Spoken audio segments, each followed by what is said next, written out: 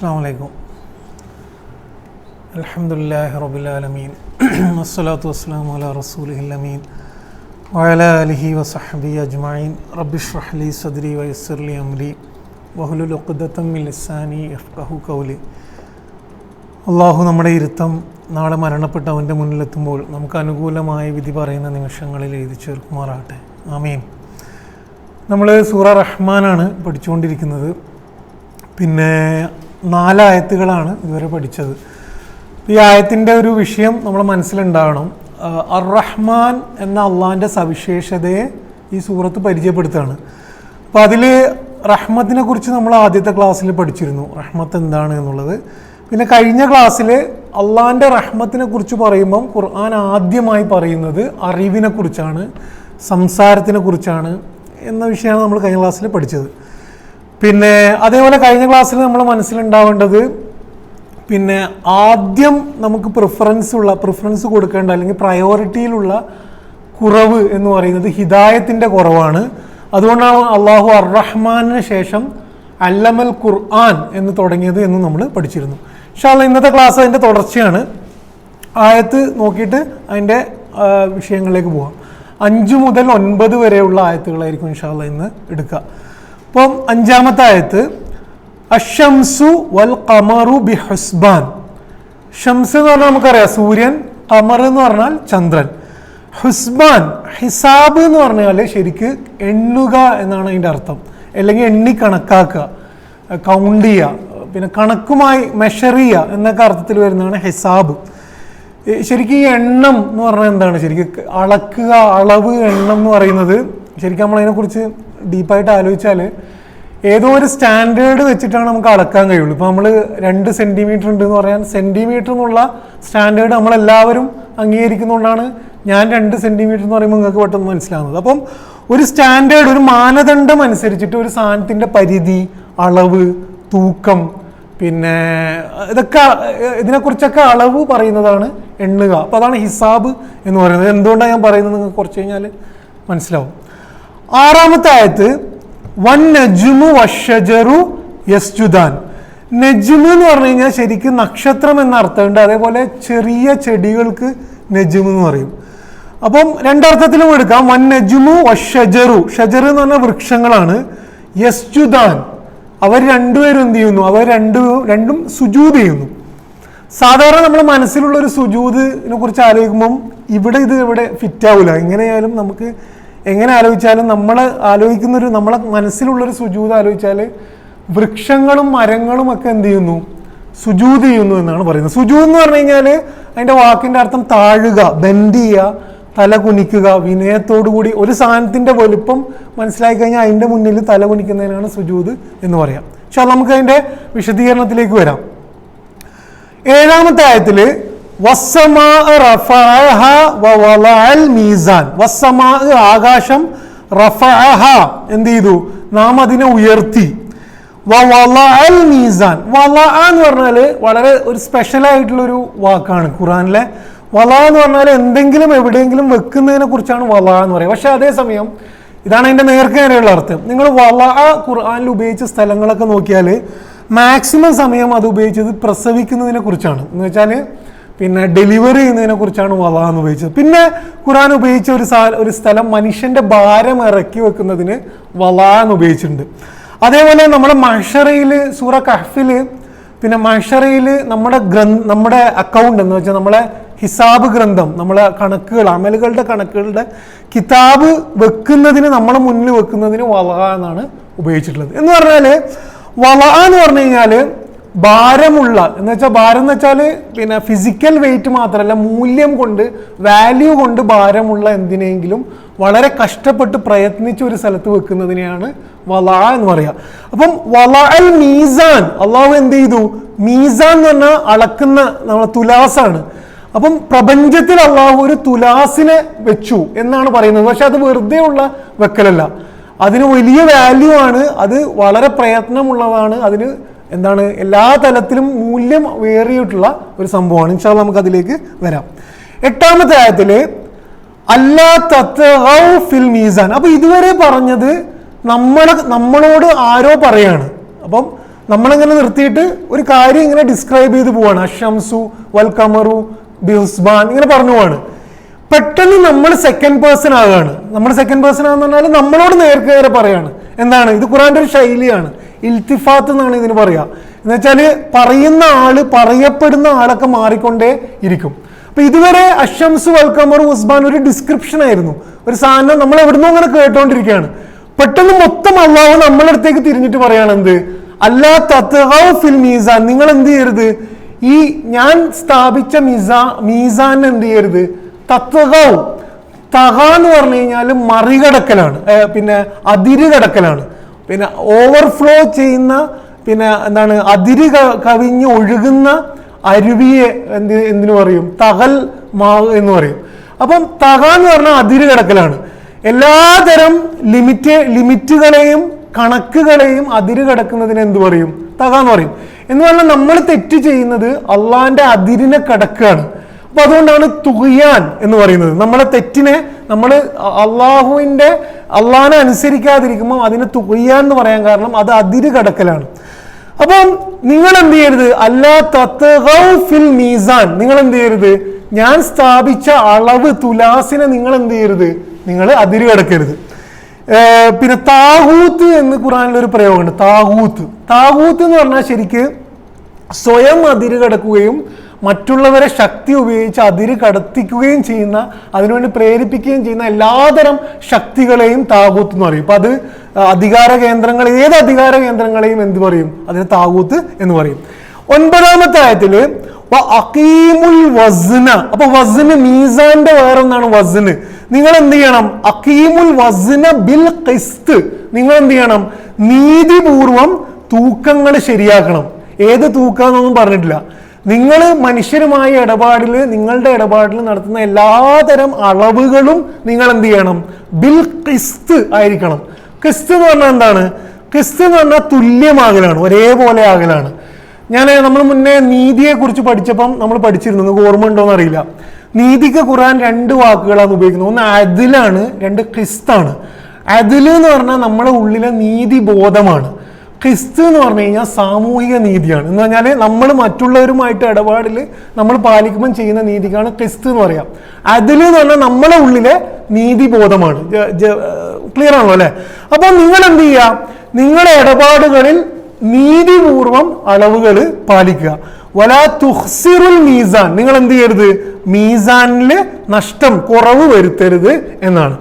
അപ്പം ഈ ആയത്തുകൾ, ഞാൻ ഈ ആയത്ത് പ്രിപ്പയർ ചെയ്യുമ്പോൾ എനിക്കുണ്ടായൊരു ഫീലിംഗ്, ശരിക്ക് ഇസ്ലാമിൻ്റെ എല്ലാ അടിസ്ഥാനങ്ങളും വളരെ സുന്ദരമായി കോർത്തിണക്കി പഠിപ്പിക്കുന്ന ആയത്തുകളാണ്.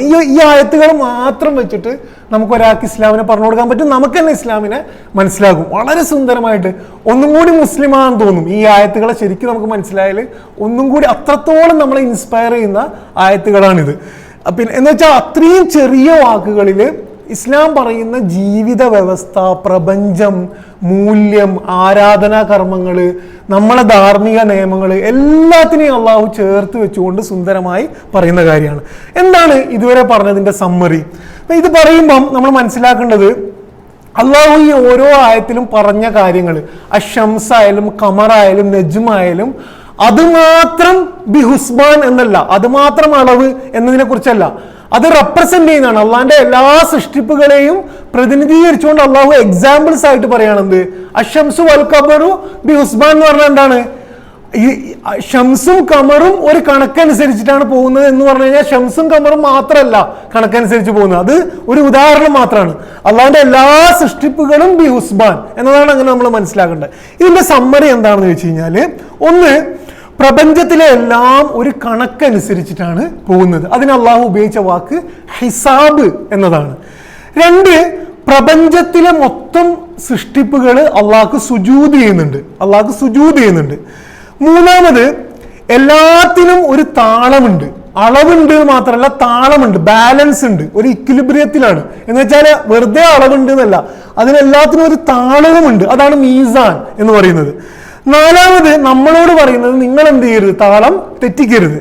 5, നമ്മളോട് പറയുന്നത് എല്ലാ പ്രവർത്തനത്തിലും നിങ്ങൾ നീതിയോടുകൂടി ഈ അളവിനെ പാലിക്കണം എന്നുള്ളതാണ് പറയുന്നത്. ഇനി പിന്നെ ഞാൻ നേരത്തെ പറഞ്ഞു ഇസ്ലാമിൻ്റെ, നമുക്ക് ഇസ്ലാം എന്ന മതത്തിൻ്റെ എന്താണ് സ്പെഷ്യാലിറ്റി? കുറേ മതങ്ങൾ ലോകത്തുണ്ടല്ലോ. എന്താണ് ഇസ്ലാമിൻ്റെ സ്പെഷ്യാലിറ്റി എന്ന ഒരു സെൻറ്റൻസിൽ അല്ലെങ്കിൽ കുറച്ച് വാക്കുകളിൽ പരിചയപ്പെടുത്താൻ പറഞ്ഞാൽ കുറേ കാര്യങ്ങൾ നമുക്ക് പറയാൻ പറ്റും. ഓരോരുത്തർക്കും അട്രാക്റ്റീവായിട്ട് പല വശങ്ങളുണ്ടാവും. പറയാൻ കഴിയുന്ന ഒരു കാര്യം, നമ്മൾ ഖുർആൻ വായിക്കുമ്പം ഇസ്ലാമിൻ്റെ ഒരു പ്രത്യേകത എന്താണ്, ഖുർആൻ്റെ ഒരു പ്രത്യേകത എന്താണെന്ന് വെച്ച് കഴിഞ്ഞാൽ ജീവിതത്തിലെ എല്ലാത്തിനെയും ചേർത്ത് വെച്ചുകൊണ്ടാണ് അള്ളാഹു എപ്പോഴും സംസാരിക്കുക. നമുക്ക് ഒന്നിനും ഒരു വിടവ് കാണാൻ കഴിയുകയില്ല. എല്ലാത്തിനെയും നിങ്ങൾ പൂവിനെ നോക്കിയാൽ അതിലൂടെ നമുക്ക് ഇസ്ലാമിൻ്റെ എന്തോ ഒരു പോയിന്റിനെ കണക്ട് ചെയ്യാൻ കഴിയും. എല്ലാ സാധനത്തിനെയും, എല്ലാ സാധനത്തിനെയും, ആത്മാവിനെയും ശരീരത്തിനെയും ഭൗതികതയും ആത്മീയതയും പരലോകത്തിനെയും ഇഹലോകത്തിനെയും സ്ത്രീയെയും പുരുഷനെയും ധാർമ്മികതയും ജീവിതത്തെയും കച്ചവടത്തെയും ധാർമ്മികതയും എല്ലാത്തിനെയും ചേർത്ത് വെച്ചുകൊണ്ടാണ് ഖുർആൻ സംസാരിക്കുന്നത് എന്നുള്ളത് ഖുർആന്റെ വലിയ സ്പെഷ്യാലിറ്റിയാണ്. ഇസ്ലാമിൻ്റെ ഏറ്റവും വലിയ സ്പെഷ്യാലിറ്റികളിൽ ഒന്നാണ്. ഇത് മറ്റെവിടെയും നമുക്ക് യഥാർത്ഥത്തിൽ വായിക്കുമ്പോൾ കാണാൻ പറ്റില്ല. നമ്മൾ ഖുർആന്റെ അവതരണ ശൈലിയിൽ തന്നെ നമുക്കിത് കാണാൻ പറ്റും. നിങ്ങൾ ഖുർആനിൽ നോക്കിക്കഴിഞ്ഞാൽ അമ്മ ജ്യൂസ് എടുത്തിട്ട് ഇങ്ങനെ നോക്കിയാൽ അള്ളാഹു നമ്മളെ ജീവിതം പഠിപ്പിക്കാൻ വേണ്ടി ഉപയോഗിക്കുന്ന, ഏറ്റവും കൂടുതൽ ഉപയോഗിക്കുന്ന ഒരു സബ്ജക്റ്റ് എന്താണ്? പ്രപഞ്ചവും പ്രകൃതിയുമാണ്. പ്രപഞ്ചവും പ്രകൃതിയാണ്. കാരണം എന്താണ്? ഖുർആൻ പറയുന്നത് ഇതെല്ലാം ഒരേ താളത്തിലാണ്, ഒരേ ലക്ഷ്യത്തിന് വേണ്ടി സൃഷ്ടിച്ചതാണ് എന്നുള്ളതാണ്. ഇനി എന്താണ് അർ റഹ്മാനുമായിട്ടുള്ള ഈ ആയത്തുകളുടെ ബന്ധം? അർ റഹ്മാനുമായിട്ട് ഈ ആയത്തുകളുടെ ബന്ധം എന്താണെന്ന് വെച്ച് കഴിഞ്ഞാൽ, നമ്മൾ റഹ്മത്തിനെ കുറിച്ച് പഠിക്കുമ്പോൾ പറഞ്ഞിരുന്നു, ഈ പ്രപഞ്ചത്തിൽ ഒരു സിസ്റ്റം ഉണ്ട്, ഒരു അളവുണ്ട്, ഒരു വ്യവസ്ഥ ഉണ്ട് എന്നുള്ളത് അള്ളാന്റെ റഹ്മത്തിന്റെ ഭാഗമാണ്. കാരണം എന്താണ്? ഒരു കുറവിനെ നികത്തുകയാണ് അള്ളാഹു ചെയ്യുന്നത്. അതാണ് ഒന്നാമത്തെ കണക്ഷൻ. രണ്ടാമത്തെ കണക്ഷൻ മനുഷ്യന്റെ ധാർമ്മിക നിയമങ്ങളെ കുറിച്ച് ഇവിടെ പറയുന്നത് എന്താണ്? അല്ലാ തത്ഖൗ ഫിൽ മീസാൻ, നിങ്ങൾ എന്ത് ചെയ്യരുത്, അളവ് തൂക്കത്തിൽ ഇതാക്കരുത്. അത് റഹ്മത്തിന്റെ ഭാഗമാണ്. 3 സുജൂദ് റഹ്മത്തിന്റെ ഭാഗമാണ്. എന്താണെന്ന് നമുക്ക് വിശദീകരിക്കുമ്പോൾ മനസ്സിലാവും. ഇനി ഈ ആയത്തിന്റെ ഘടന നിങ്ങൾ നോക്കിയാൽ, ഈ ആയത്ത് നിങ്ങൾ ഓതിക്കഴിഞ്ഞാൽ, നിങ്ങൾ ഓതിയിട്ടുണ്ടാവും, ഓതിക്കഴിഞ്ഞാൽ നമുക്ക് കിട്ടുന്നൊരു ഫീലിംഗ് മുകളിലേക്ക് പോകുന്നു, പിന്നെ താഴത്തേക്ക് വരുന്നു, പിന്നെ മുകളിലേക്ക്, ഇങ്ങനെ ഒരു ഫീലിംഗ് ആണ് നമുക്ക് കിട്ടുക. ആദ്യം പറയുന്നത് എന്താണ്? അശംസു വൽ ഖമറു ബിഹുസ്ബാൻ. അപ്പൊ എവിടേക്കാണ് നമ്മൾ പോവാ? മുകളിലേക്കാണ് പോവാ. വൻ നജ്മു വശജറു യസ്ജുദാൻ, താഴത്തേക്ക് വരികയാണ്. വസ്സമാ റഫഅഹ വവളഅൽ മീസാൻ, പിന്നെയും മുകളിലേക്ക് പോവാണ്. പിന്നെന്താ പറയുന്നത്? അല്ലാ തത്ഗൗ ഫിൽ മീസാൻ, പിന്നെയും താഴത്തേക്കാണ് വരുന്നത്. വല്ലാതെ നമുക്ക് യഥാർത്ഥത്തിൽ അള്ളാഹു ഇതിലൂടെ തരുന്ന ഒരു സന്ദേശം ഇതായിരിക്കാം. നിങ്ങളെ പഠനത്തിന് ഞാൻ വിടാണ്. ഒന്ന്, എല്ലാം ഒരുമിച്ച് കണ്ടാലേ നമുക്ക് ജീവിതം മനസ്സിലാവുള്ളൂ. ഒരൊറ്റ ഫോക്കസിൽ നമുക്ക് ജീവിതം മനസ്സിലാവുള്ളൂ. എല്ലാത്തിനെയും, മുകളും താഴെയും ആകാശവും ഭൂമിയും എല്ലാത്തിനെയും ഒരുമിച്ച് കാണുമ്പോഴേ നമുക്ക് ജീവിതം മനസ്സിലാവുകയുള്ളൂ എന്ന് കാണാൻ പറ്റും. ഭൗതികതയുടെ ഏറ്റവും വലിയ പ്രശ്നം എന്ന് വെച്ചാൽ, മതത്തിന്റെ ഇപ്പുറത്തുള്ള ഭൗതികതയുടെ പ്രശ്നം നോളജിനെ സെക്യുലറൈസ് ചെയ്തു എന്നുള്ളതാണ്. എന്ന് വെച്ച് കഴിഞ്ഞാൽ എന്താണ്? പിന്നെ അറിവിനെ പല കമ്പാർട്ട്മെന്റുകളാക്കി. നമ്മൾ ബയോളജി പഠിക്കുമ്പോൾ കെമിസ്ട്രി ആയിട്ടൊരു ബന്ധം ഫീൽ ചെയ്യൂല. നമുക്ക് ഫിലോസഫി പഠിക്കുമ്പോൾ നമുക്ക് എന്താ ബയോളജി ആയിട്ട് ഇത് ഫീൽ ചെയ്യൂല. എന്തുകൊണ്ടാണെന്ന് വെച്ച് കഴിഞ്ഞാൽ ഇതൊക്കെ പലതായിട്ടാണ് നമ്മളെ പഠിപ്പിക്കുന്നത്. ഇസ്ലാമിന്റെ ഏറ്റവും വലിയ പ്രത്യേകത ഇതിനെയൊക്കെ ചേർത്ത് വെച്ച് പഠിപ്പിക്കുന്നു എന്നുള്ളതാണ്.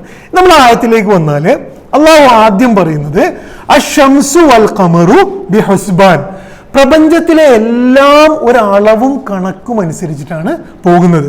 ഇത് പറയുന്ന സൂറ യാസീനിലെ വളരെ സുന്ദരമായിട്ടുള്ള ആയത്തുണ്ട്. സൂറ യാസീനിലെ 38 മുതൽ 40 വരെയുള്ള ആയത്തിൽ അശംസു തജിരി വശംസു തജിരി ലി മുസ്തഖറിൻ ലഹാ ദാലിക തഖ്ദീറുൽ അസീസുൽ അലീം എന്ന് പറഞ്ഞാൽ എന്താണ്?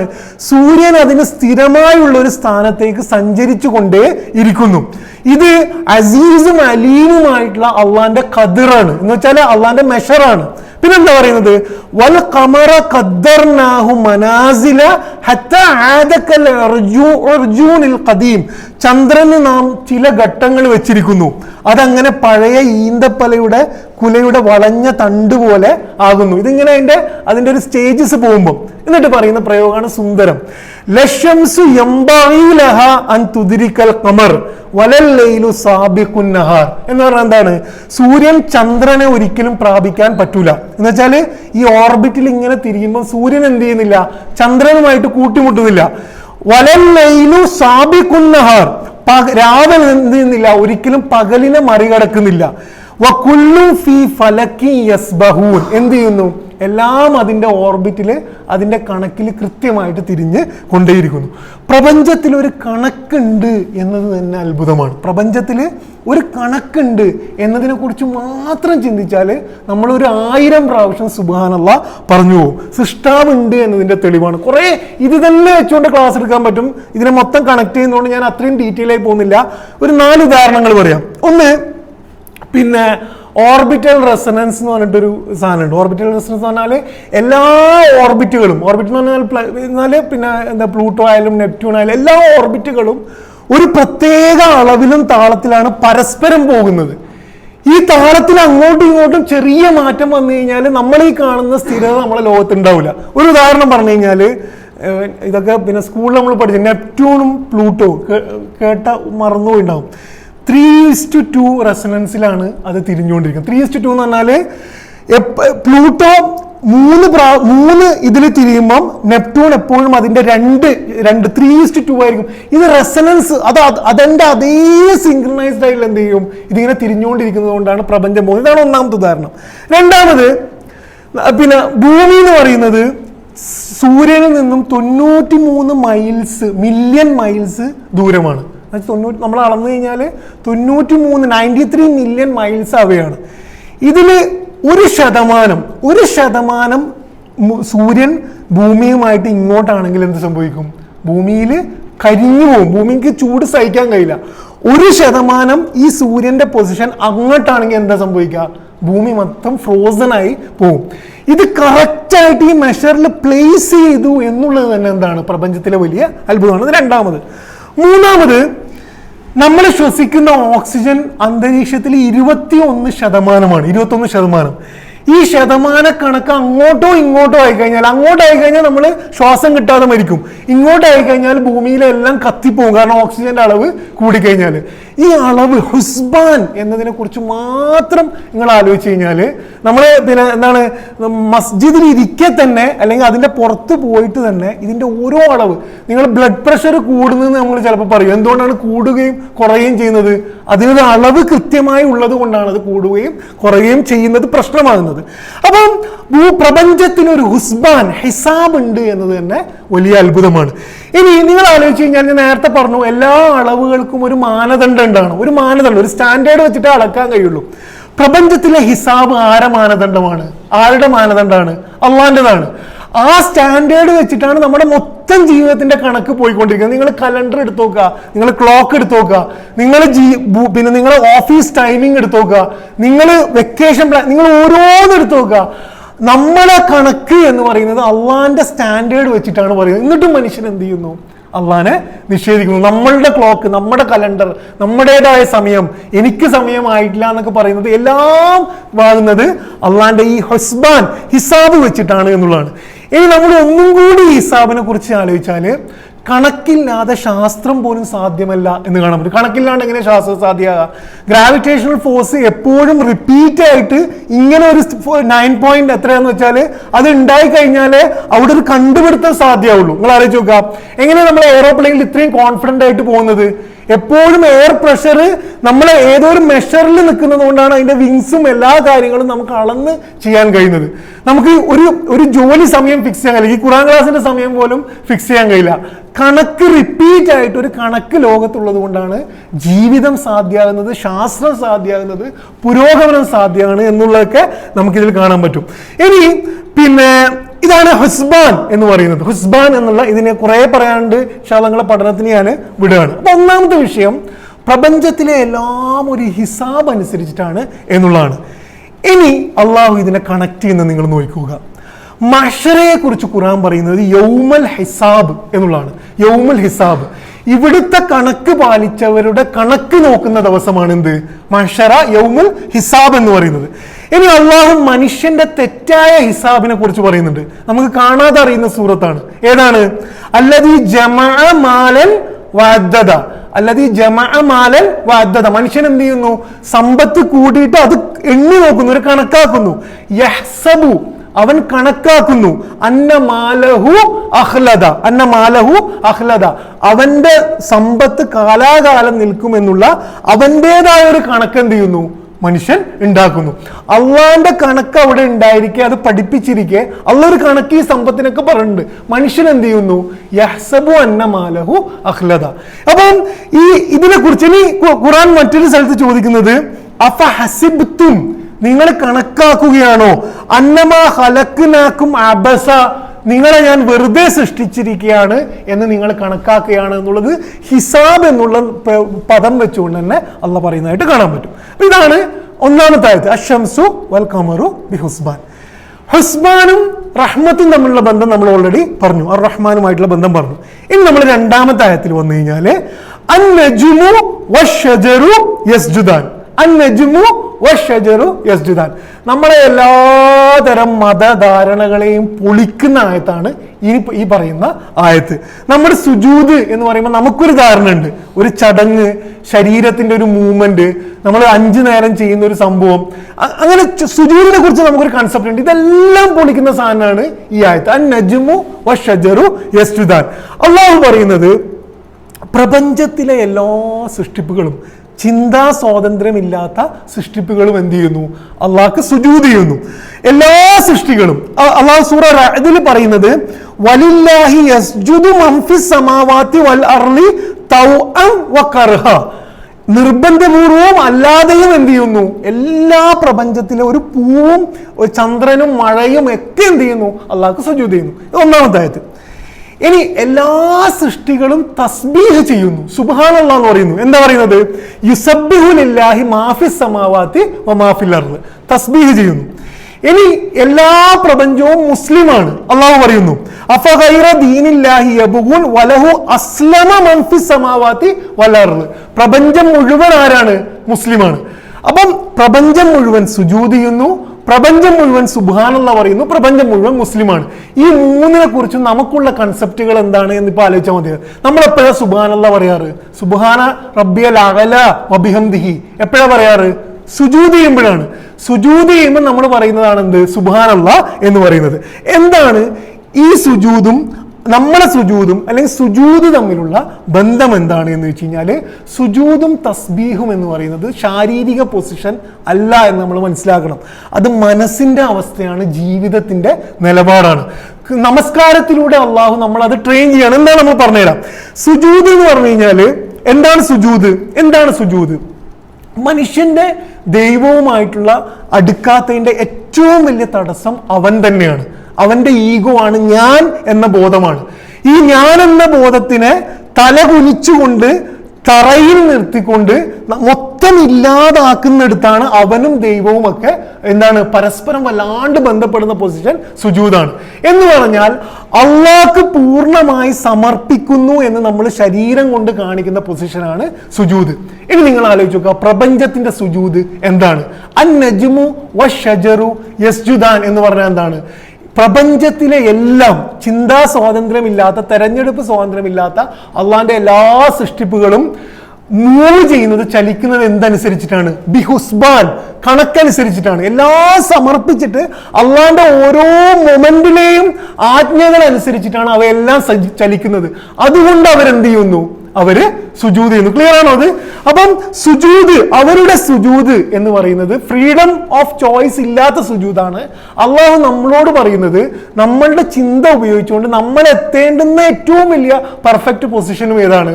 ആ സുജൂദാണ്. പക്ഷെ നമ്മൾ എത്തേണ്ടതാണ്, അവരെത്താതെ വേറെ വഴിയില്ലാതെ എന്നാണ്. നമ്മൾ കാണുന്ന എല്ലാ സിസ്റ്റവും ബിഹുസ്ബാൻ എന്ന് പറയുന്നത് എന്താണ്? അപ്പൊ സുജൂദ് എന്ന് പറഞ്ഞു കഴിഞ്ഞാൽ ബിഹുസ്ബാൻ, കണക്കനുസരിച്ചിട്ട് ഇതാകലാണ് എന്നുള്ളതാണ്. സുജൂദ് സലാത്തിലെ, നമസ്കാരത്തിലെ സുജൂദ് എന്ന് പറഞ്ഞാൽ എന്താണ്? നമ്മളെ പാഠം എന്താണ്?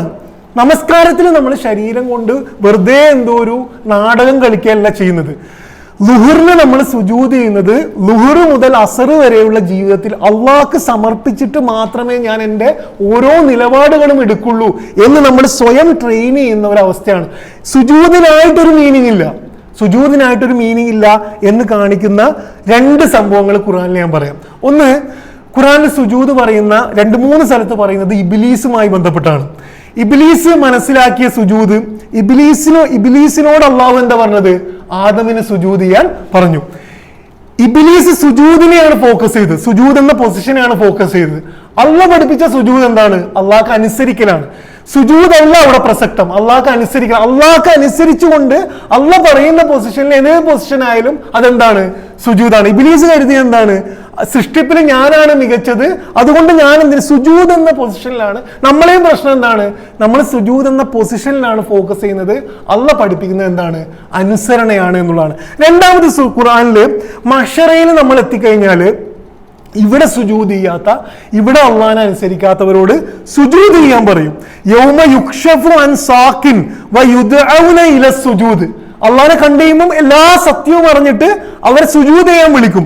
ഫലാ യസ്തതിഊൻ. അവർക്ക് അവിടെ എന്ത് ചെയ്യാൻ കഴിയില്ല? സുജൂദ് ചെയ്യാൻ കഴിയില്ല. സുജൂദ് ജസ്റ്റ് ഒരു ബോഡി പൊസിഷൻ ആയിരുന്നെങ്കിൽ, സുജൂദ് വെറുതെ ചെയ്യാൻ കഴിയുന്ന ഒന്നായിരുന്നെങ്കിൽ മഹ്ശറയിൽ എല്ലാവർക്കും സുജൂദ് ചെയ്യാൻ കഴിയണം. അവരോട് സുജൂദ് ചെയ്യാൻ വിളിക്കുമ്പോൾ അവർക്ക് എന്ത് ചെയ്യാൻ കഴിയില്ല? സുജൂദ് ചെയ്യാൻ കഴിയില്ല എന്ന് പറയുന്നത് സുജൂദ് എന്തല്ല?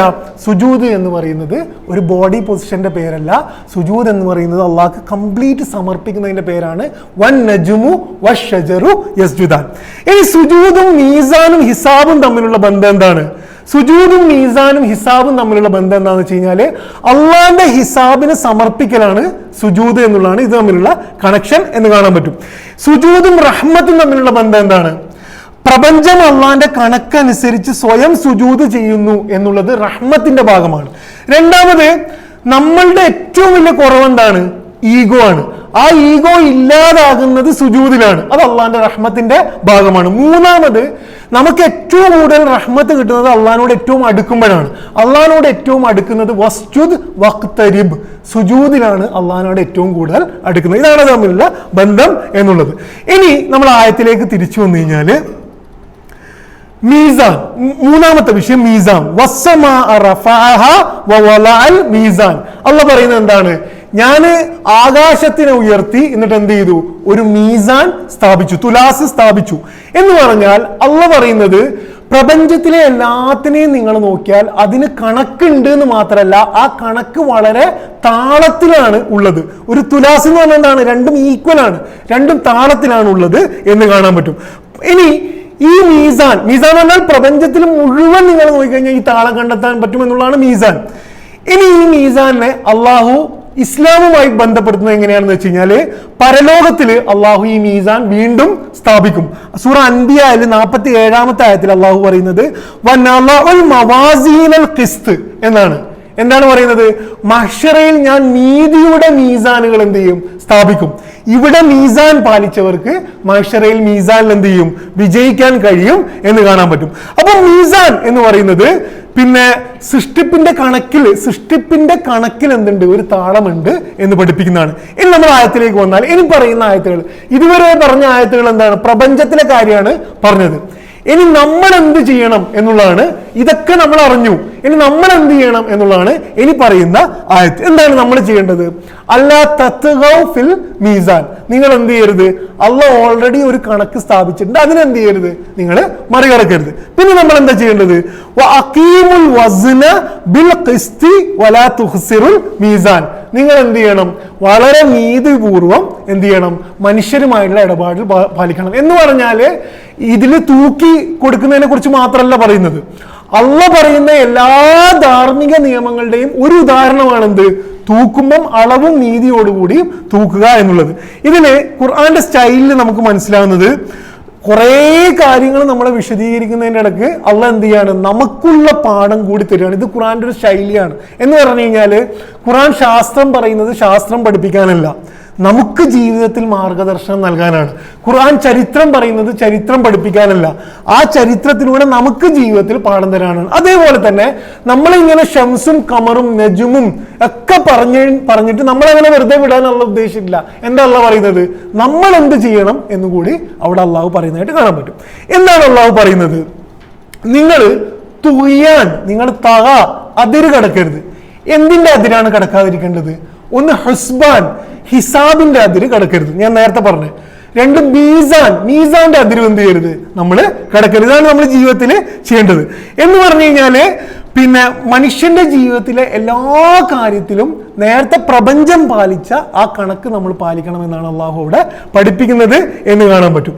ആയത്ത് നമ്മുടെ ജീവിതത്തെ കുറിച്ച് പറയുന്നത് നേരത്തെ ഞാൻ പറഞ്ഞതുപോലെ തന്നെ പ്രപഞ്ചത്തിലെ മൊത്തം തെരഞ്ഞെടുപ്പ് സ്വാതന്ത്ര്യമില്ലാതെ അള്ളാഹ്ക്ക് സുജൂദ് ചെയ്യുമ്പം അള്ളാഹിന്റെ ഹിസാബിനെ പാലിക്കുമ്പോൾ നമ്മൾ എന്ത് ചെയ്യുക? നമ്മൾ ചിന്ത ഉപയോഗിച്ചുകൊണ്ട്, ചിന്തയും അറിവും ഉപയോഗിച്ചുകൊണ്ട് എന്നുള്ളതാണ് കഴിഞ്ഞ ആയത്തിന്റെ പാഠം. എന്താണ്? അല്ലമൽ ഖുർആൻ ഖലഖൽ ഇൻസാൻ അല്ലമഹുൽ ബയാൻ. അത് രണ്ടും ചിന്തയായിരുന്നു. ആ അറിവും ചിന്തയും ബയാനും ഖുർആനും ഉപയോഗിച്ചുകൊണ്ട് നമ്മൾ എന്ത് കണ്ടെത്തണം? സുജൂദ് കണ്ടെത്തണം എന്നാണ് ആയത്ത് പഠിപ്പിക്കുന്ന പാഠം എന്ന് കാണാൻ കഴിയും. ഇനി നിങ്ങൾ തഗ എന്ന് പറഞ്ഞു. എന്താണ് തുഗിയാനും മീസാനും തമ്മിലുള്ള ബന്ധം? ഇത് വളരെ കൃത്യമായിട്ട് നമുക്ക് പെട്ടെന്ന് കണക്ട് ചെയ്യാൻ പറ്റും. തുഗിയാൻ എന്ന് പറഞ്ഞു കഴിഞ്ഞാൽ മീസാൻ അതിരുകടക്കലാണ്. അതേപോലെ തന്നെ തുഗിയാൻ എന്ന് പറയുന്നത് സുജൂദിന്റെ ഓപ്പോസിറ്റ് ആണ്. അള്ളാഹു സുജൂദ് ചെയ്യാൻ പറയുന്നു, നിങ്ങൾ തഗ ആകരുത്, തുകയാൻ ആകരുത്, അതിര് കടക്കരുത് എന്ന് പറയുന്നു. അതിര് കടക്കാതിരിക്കുന്ന നമ്മുടെ പ്രവർത്തനത്തിന്റെ പേരാണെന്ത്? സുജൂദ് എന്നുള്ളത് നമുക്ക് എന്ത് ചെയ്യാം? നമുക്ക് ഇതിൽ നിന്ന് എന്താണ് വായിച്ചെടുക്കാം എന്ന് കാണാൻ പറ്റും. അതേപോലെ തന്നെ നമുക്കിവിടെ വായിച്ചെടുക്കാൻ കഴിയുന്ന കാര്യം, അള്ളാഹു സുജൂദ് പറഞ്ഞതിന് ശേഷം പ്രവർത്തനങ്ങളെ പറയുന്നു. എല്ലാ ആരാധനാ കർമ്മങ്ങളും യഥാർത്ഥത്തിൽ റിഫ്ലക്റ്റ് ആവേണ്ടത് എവിടെയാണ് റിഫ്ലക്റ്റ് ആവേണ്ടത്? മനുഷ്യന്റെ പ്രവർത്തനത്തിലാണ്. സുജൂദ് എന്ന് പറയുന്നത് നമ്മൾ അളവ് തൂക്കുമ്പോൾ, മനുഷ്യരോട് ഇടപെടുമ്പം നീതിപൂർവം ഇടപെടാനുള്ള ആരാധനാപരമായ ട്രെയിനിങ് ആണ് എന്ത് നടക്കുന്നത്? സുജൂദ്. അപ്പൊ സുജൂദായിട്ട് പഠിക്കേണ്ടതല്ല. സുജൂദ് എന്തിന്റെ കൂടെ പഠിക്കേണ്ടതാണ്? ക്രിസ്തിന്റെ കൂടെ പഠിക്കേണ്ടതാണ്, അളക്കുന്നതിന്റെ കൂടെ പഠിക്കേണ്ടതാണ് എന്നും കൂടി എന്താണ് ഇതിനെ ചേർത്ത് നമുക്ക് വായിക്കാവുന്നതാണ് എന്ന് കാണാൻ പറ്റും. ഇതില് സുജൂദും ജീവിതവും തമ്മിലുള്ള ബന്ധം നമുക്ക് പലപ്പോഴും പറ്റുന്ന ഒരു പ്രശ്നം എന്താണെന്ന് വെച്ച് കഴിഞ്ഞാൽ, നമ്മൾ ആരാധനകളെ ജീവിതവുമായി ബന്ധപ്പെടുത്തിയിട്ട് ചിന്തിക്കാറില്ല എന്നുള്ളതാണ്. ഈ ആയത്തുകളുടെ ഏറ്റവും വലിയ പ്രത്യേകത, സുജൂദിനെ എന്തിനൊക്കെയായിട്ട് ബന്ധപ്പെടുത്തുന്നു? പ്രപഞ്ചമായിട്ട് ബന്ധപ്പെടുത്തുന്നു, അതേപോലെ നമ്മുടെ എല്ലാ പ്രവർത്തനങ്ങളുമായിട്ട് ബന്ധപ്പെടുത്തുന്നു, അതേപോലെ നമുക്ക് ആരാധനകളെ റിഫ്ലക്റ്റ് ആണ്. ഇതിന്റെ ഏറ്റവും നല്ല ഉദാഹരണം, ഇൻസ്പയറിംഗ് ആയിട്ടുള്ള ഒരു ഉദാഹരണം, മൂസാ നബി അലൈഹി ഇസ്ലാമിന്റെ ചരിത്രത്തിൽ ജാലവിദ്യക്കാരെ കുറിച്ച് പറയുന്നുണ്ട്. അതായത് ഫിർഔന്റെ ടീമായ ജാലവിദ്യക്കാര്. അവർ മൂസാ നബി അലൈഹി ഇസ്ലാമിനോട് ഈ വിഷയത്തിൽ തോറ്റു കഴിയുമ്പം നടക്കുന്ന സംഭവത്തെ കുറിച്ച് ഖുർആൻ 2 സ്ഥലത്ത് പറയുന്നുണ്ട്.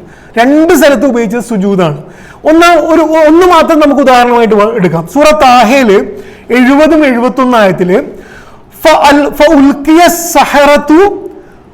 സുജ്ജദൻ ഖാലു ആമന്നാ ബി റബ്ബി ഹാറൂന വ മൂസ. അവരെന്താ ചെയ്യുന്നത്? അവര് ഇതിന് പരാജയപ്പെട്ട് കഴിയുമ്പം അവരാദ്യം ചെയ്യുന്നത് എന്താണ്? സുജൂദാണ് അവർ ചെയ്യുന്നത്. നമ്മൾ പഠിക്കുന്ന ഒരു ആരാധനയുടെ പൊസിഷൻ. എന്നിട്ട് പറയാണ് ആമന്നാ ബി റബ്ബി ഹാറൂന വ മൂസ. ഹാറൂന്റെയും മൂസാന്റെയും റബ്ബിൽ ഞാൻ എന്ത് ചെയ്തിരിക്കുന്നു? വിശ്വസിച്ചിരിക്കുന്നു. അപ്പൊ ഫിറൗൻ പറയും, എന്ത്? ഞാൻ പറയുന്നതിന് മുമ്പ് നിങ്ങൾ വിശ്വസിക്കുമോ? ഞാൻ പറഞ്ഞ പോലെയാണല്ലോ നിങ്ങൾ ഇതുവരെ ചെയ്തത് എന്ന് പറഞ്ഞാൽ സുജൂദ് മുന്നേ ചെയ്തുകൊണ്ടിരുന്ന ആർക്കാണ്? ഫിറൗനാണ്. ഞാൻ പറഞ്ഞത് മുന്നേ നിങ്ങൾ എങ്ങനെയാണ് ചെയ്യുന്നത് കൊണ്ട് ഭീഷണി, നിങ്ങളെ കൈകാലുകൾ ഓപ്പോസിറ്റ് ആയിട്ട് ഞാൻ വെട്ടിക്കളയും എന്ന് പറയാണ്. അപ്പൊ അവർ സുജൂദിന്റെ എഫക്റ്റ് കാണിക്കുകയാണ്. ഇതാണ് നമുക്ക് മിസ്സിംഗ് ആയിട്ടുള്ളത്. ഇതാണ് അവർ സുജൂദിന്റെ എഫക്റ്റ് കാണിക്കുന്നത്. ഖാലു ലൻ നുസിറക അലാ മാ ജാഅനാ മിനൽ ബയ്യിനാതി വല്ലദി ഫതറന. ഞങ്ങൾക്ക് വന്നെത്തിയ വ്യക്തമായ തെളിവുകളെക്കാളും ഞങ്ങളെ സൃഷ്ടിച്ചവനേക്കാളും ഞങ്ങൾ ഒരിക്കലും നിനക്ക് പ്രാധാന്യം കൽപ്പിക്കുകയില്ല എന്ന് പറഞ്ഞാൽ എന്താണ്? ഒരൊറ്റ ആക്കി സുജൂദ് ചെയ്യുള്ളൂ എന്നുള്ളത് പള്ളിയിൽ മാത്രമല്ല, ഏത് അധികാര കേന്ദ്രത്തിന്റെ മുന്നിലും ഒരൊറ്റ ആക്ക് മാത്രമേ ഞാൻ സുജൂദ് ചെയ്യുള്ളൂ എന്ന് അവര് ജീവിതത്തിൽ റിഫ്ലക്ട് ചെയ്യാണ്. എന്നിട്ട് പറയുന്ന ഒരു വാക്കുണ്ട്, ഫഖ്ലി മാ അൻത ഖാൽ. നീ എന്താണോ വിധിക്കാൻ ഉദ്ദേശിച്ചത് അത് നീ ചെയ്തോ. എന്താണ് ഫഖ്ലി മാ അൻത ഖാൽ? നീ എന്താണോ, നമ്മളെ കൈവെട്ടാണ് കൈവെട്ടിക്കോ, ജയിലിലിടാണ് ജയിലിട്ടു. ഫഖ്ലി മാ അൻത ഖാൽ ഇന്നമാ തഖ്ലി ഹാദിഹിൽ ഹയാത്ത ദുനിയ. നീ ആകെ ഈ ദുനിയാവിലല്ലേ വിധിക്കാൻ പോകുള്ളൂ, അത് കഴിഞ്ഞിട്ട് നമ്മൾ നോക്കിക്കോളാം എന്നുള്ളതാണ്. ഇത് എന്തിന്റെ എഫക്റ്റ് ആണ്? സുജൂദിന്റെ എഫക്റ്റ് ആണ്. നമുക്ക് ഇല്ലാതെ പോകുന്നതും സുജൂദാണ്. നമ്മൾ ഏകദേശം ജീവിതത്തിൽ ഈ ഇസ്ലാം മനസ്സിലായത് മുതൽ സുജൂദ് കൊണ്ട് നിറഞ്ഞാണ് നമ്മുടെ ജീവിതം. എല്ലാ ദിവസവും നമ്മൾ എത്രയോ സുജൂദുകളാണ് ചെയ്യുന്നത്. നിങ്ങൾ ആലോചിച്ച് നോക്കുക, ആ സുജൂദ് ചെയ്ത ഞാനാണോ ഒരു സാമ്പത്തിക നഷ്ടത്തിൽ ഉള്ളത്? എത്ര ആൾക്ക് മുന്നിലാണ് നമ്മൾ അപ്പോൾ സുജൂദ് ചെയ്യുന്നത് അള്ളാനെ മറന്നിട്ട്? ആ സുജൂദ് ചെയ്ത ഞാനാണോ സോഷ്യൽ മീഡിയയിൽ ഒരാൾ നമ്മളെ തെറി വിളിക്കുമ്പം വേറെ ആർക്കൊക്കെയോ സുജൂദ് ചെയ്തിട്ടാണ് നമ്മൾ തിരിച്ച് തെറി വിളിക്കുന്നത്? നമ്മുടെ സുജൂദ് ജീവിതത്തിൽ റിഫ്ലക്റ്റ് ആകുന്നില്ല എന്നതിനെ വിമർശിച്ചുകൊണ്ടുകൂടിയാണ് എന്ത് ചെയ്യുന്നത് ഈ ആയത്തിൽ പഠിപ്പിക്കുന്നത്. സുജൂദ് എന്ന് പറയുന്നത് പ്രപഞ്ചത്തിന്റെ സുജൂദ് പോലെ ആയിരിക്കണം. അൻ നജ്മു വഷ്ഷജറു യസ്ജുദാൻ. എപ്പം നോക്കിയാലും പൂവിന് മഞ്ഞ കളറാണെങ്കിൽ ആ മഞ്ഞ കളറായിരിക്കും. സുഗന്ധം തരേണ്ടതാണെങ്കിൽ അത് സുഗന്ധം തന്നുകൊണ്ടേ ഇരിക്കും. പച്ച ഇലയാണെങ്കിൽ അത് എപ്പോഴും പച്ചയായിക്കൊണ്ടേ ഇരിക്കും. ആ സുജൂദിന്റെ ബ്യൂട്ടി എന്ന് പറയുന്നത് അതാണ്. എന്ന് പറഞ്ഞാൽ അള്ളാഹു പറയുന്നത് ആ സുജൂദ് പോലെ നമ്മുടെ ജീവിതത്തിലാകണമെന്നുള്ളതാണ്. ഇനി ഈ ആയത്ത് നമുക്ക് തരുന്ന ഒരു കോൺഫിഡൻസ് ഉണ്ട്. എന്ന് പറഞ്ഞാൽ എന്താണ്? ഇസ്ലാമിന്റെ എല്ലാ ധാർമ്മിക നിയമങ്ങളും, ഇവിടെ പഠിപ്പിച്ച ധാർമ്മിക നിയമം എന്താണ്? നിങ്ങൾ അളന്നു കൊടുക്കുമ്പോൾ നീതിപൂർവ്വം അളന്നു കൊടുക്കുക. അത് ഏതിനോട് ബന്ധപ്പെടുത്തിയിട്ട് അള്ള പറയുന്നത്? പ്രപഞ്ചത്തിന്റെ താളത്തിനോടാണ്. ഇസ്ലാമിന്റെ എല്ലാ ധാർമ്മിക നിയമങ്ങളും പ്രപഞ്ചത്തിന്റെ താളം പാലിക്കാനുള്ള ശ്രമത്തിന്റെ ഭാഗമാണ്.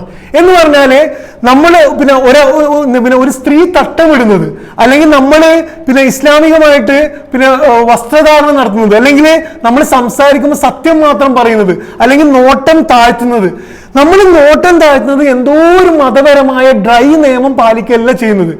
പ്രപഞ്ചം താളത്തിൽ എങ്ങനെയാണോ ചലിച്ചുകൊണ്ടിരിക്കുന്നത് ആ താളത്തോടു കൂടി ജീവിതം സെറ്റ് ചെയ്യാനുള്ള, സമൂഹം സെറ്റ് ചെയ്യാനുള്ള നമ്മുടെ ഭാഗമാണ്, നമ്മുടെ ഒരു പരിശ്രമത്തിന്റെ പേരാണെന്ത്? ഇസ്ലാമിന്റെ ഓരോ ധാർമ്മിക നിയമം എന്ന് പറയുന്നത് വേറെ തന്നെ ഒരു തലത്തിലാണ് നമുക്ക് എന്ത് ചെയ്യുന്നത്? ഈ നിയമങ്ങളെ കുറിച്ച് മനസ്സിലാക്കുന്നത്. നിയമങ്ങളും സ്വാതന്ത്ര്യവും എന്നുള്ളത് വലിയ ചർച്ചാ വിഷയമാണ് ഇപ്പം. ഇസ്ലാമിനെയും മതത്തിനെയും ഏറ്റവും കൂടുതൽ വിമർശിക്കുന്നത് ഇതിൽ ധാരാളം നിയമങ്ങളുണ്ട്, പരിധികളുണ്ട് എന്നുള്ളതാണ്. ഒരു എക്സ്ട്രീം സ്വാതന്ത്ര്യത്തെ കുറിച്ചാണ് പിന്നെ പറയുന്നത്. എന്ന് വെച്ചാൽ എക്സ്ട്രീം സ്വാതന്ത്ര്യം, ഒരു പാരതന്ത്ര്യം, ഒരു പരിധിയും ഇല്ലാത്ത സ്വാതന്ത്ര്യം എന്നുള്ളത് പ്രാക്ടിക്കലി പോസിബിൾ അല്ല. നമ്മളിനി എന്തൊക്കെ തലകുത്തി പറഞ്ഞാലും പ്രാക്ടിക്കലി പോസിബിൾ അല്ല. കാരണം എന്താണ്? ബിഹുസ്ബാൻ, പ്രപഞ്ചത്തിന്റെ അളവെങ്കിലും എന്ത് ചെയ്യേണ്ടി വരും? ഒരു മനുഷ്യൻ പാലിക്കേണ്ടി വരും. മരിക്കേണ്ട സമയത്ത് മരിക്കേണ്ടി വരും, നരക്കേണ്ട സമയത്ത് നരക്കേണ്ടി വരും, അല്ലെങ്കിൽ ട്രാഫിക് നിയമം പാലിക്കേണ്ടി വരും. കംപ്ലീറ്റ് സ്വാതന്ത്ര്യം എന്നുള്ളത് സാധ്യമല്ല. അള്ളാഹു പറയുന്നത് എന്താണ്? പ്രപഞ്ചത്തിന്റെ ഈ താളത്തോടു കൂടി നിങ്ങൾക്ക് ചലിക്കാൻ, നിങ്ങളെ സമൂഹം ചലിക്കണമെങ്കിൽ നമ്മൾ എന്ത് ചെയ്യുക? ഇസ്ലാം അള്ളാഹു പഠിപ്പിച്ച ധാർമ്മിക നിയമങ്ങൾ പാലിക്കുക എന്നുള്ളത് പറയുന്നത് നമുക്ക് എന്ത് ചെയ്യുക? ഇതിന്റെ കൂടെ നമുക്ക് ചേർത്ത് വെച്ചുകൊണ്ട് പറയാൻ കഴിയും എന്നുള്ളതാണ്. സൂര്യനും പൂവും പോലെ സുന്ദരമാകാൻ വേണ്ടിയിട്ട് നമ്മൾ എന്ത് ചെയ്യുക? ഇസ്ലാമിന്റെ ധാർമ്മിക രണ്ട് ഉദാഹരണം എടുത്തു കഴിഞ്ഞാൽ, ഈ സ്വാതന്ത്ര്യവും പരിധികളും, ഈ ചിത്രശലഭം വിരിഞ്ഞ് അതിൻ്റെ പൂർണ്ണമായിട്ട് പറന്ന് കിടക്കുമ്പോൾ അത് വല്ലാത്ത സൗന്ദര്യമുള്ളതാണ്, ബട്ടർഫ്ലൈ എന്ന് പറയുന്നത്. പക്ഷെ അതിൻ്റെ ആദ്യത്തെ സ്റ്റേജിൽ അതൊരു മുട്ടയാണ്. ആ മുട്ട ഒരു തോടിലാണ്. ആ തോട് നമുക്ക് വേണമെങ്കിൽ അതിന് സ്വാതന്ത്ര്യം അന്നേരം തന്നെ കൊടുക്കാം. ആ തോട് പൊളിച്ചിട്ട് എന്ത് ചെയ്യാം? അതിന് സ്വാതന്ത്ര്യം കൊടുക്കാം. അതൊരിക്കലും എന്താവില്ല? സുന്ദരമായൊരു ഒരു ചിത്രശലഭമാവില്ല. അത് ആ നിയമവും പരിധിയിൽ നിന്നുകൊണ്ട് അതിൻ്റെ എല്ലാ പ്രയത്നവും കൊണ്ട് വളർന്നു കഴിയുമ്പോഴാണ് എന്ത് ചെയ്യുന്നത്? ഞാനിത് പറയുന്നത് പ്രപഞ്ചത്തിന്റെ ഹിസാബിന്റെ സൗന്ദര്യം അതാണ്. ആ ഹിസാബാണ് നമ്മൾ എന്ത് ചെയ്യുന്നത്? നിയമമായിട്ട് പാലിക്കുന്നത് എന്നും കൂടി ഇതിന്റെ ഭാഗമായിട്ട് മനസ്സിലാക്കി കഴിഞ്ഞാൽ നമുക്ക് എന്ത് ചെയ്യാൻ കഴിയും? നമുക്ക് ഇതിനെയൊക്കെ ചേർത്ത് വെച്ചു. അതുകൊണ്ട് ഞാൻ പറഞ്ഞത് ഈ ആയത്തുകളുടെ ഒരു സൗന്ദര്യം വളരെ സുന്ദരമായിട്ട് നമുക്ക് ഇസ്ലാമിന്റെ എല്ലാ കാര്യങ്ങളും പറഞ്ഞു തരുന്നു എന്നുള്ളതാണ്. അവസാനത്തെ പോയിന്റ്, ധാർമ്മികമായ നിയമങ്ങളും റഹ്മത്തും തമ്മിൽ എന്താണ് ബന്ധം എന്ന് ചോദിച്ചു കഴിഞ്ഞാൽ, അള്ളാന്റെ ഹിദായത്ത്, അള്ളാന്റെ നിയമങ്ങൾ എന്ന് പറയുന്നത് നമ്മുടെ കുറവുകൾ നികത്താൻ ഉള്ളതാണ്. അതുകൊണ്ട് എന്താണ്? അത് റഹ്മത്താണ് എന്നുള്ളതാണ്. സമ്മറി എന്താണ്? ഇതുവരെ പറഞ്ഞതിന്റെ സമ്മറി ഒന്ന്, 5 വാക്കുകളാണ് അള്ളാഹു പറഞ്ഞത്, 5 അളവുകളാണ്. ഒന്നെന്താണ്? ഹിസാബ്. രണ്ടെന്താണ്? മീസാൻ. മൂന്നെന്താണ്? സുജൂദ്. 4 എന്താണ്? തുഗിയാൻ. 5 എന്താണ്? ഖിസ്ത്. നീതി, അതിരുകടക്കല്, സമർപ്പണം ചെയ്യുക, സുജൂദ്, മീസാൻ, തുലാസ്, ഹിസാബ്, അളവ്. ഈ 5 എന്താണ്? അളവാണ്, പ്രപഞ്ചത്തിന്റെ അളവാണ് അള്ളാഹു പഠിപ്പിക്കുന്നത്. രണ്ടാമത് അള്ളാഹു പറഞ്ഞത് പ്രപഞ്ചത്തിലെ അളവ് മനുഷ്യനിലും സമൂഹത്തിലും സ്ഥാപിക്കുക എന്നുള്ളതാണ് ഇസ്ലാമിന്റെ ധാർമ്മിക നിയമങ്ങൾ എന്നുള്ളതാണ് രണ്ടാമത് അള്ളാഹു പറഞ്ഞു വെക്കുന്നത്. മൂന്നാമത് സുജൂദും ആരാധനകളൊക്കെ ജീവിതവുമായി ബന്ധമുണ്ട് എന്നും എന്ത് ചെയ്യുന്നു? പഠിപ്പിക്കുന്നു.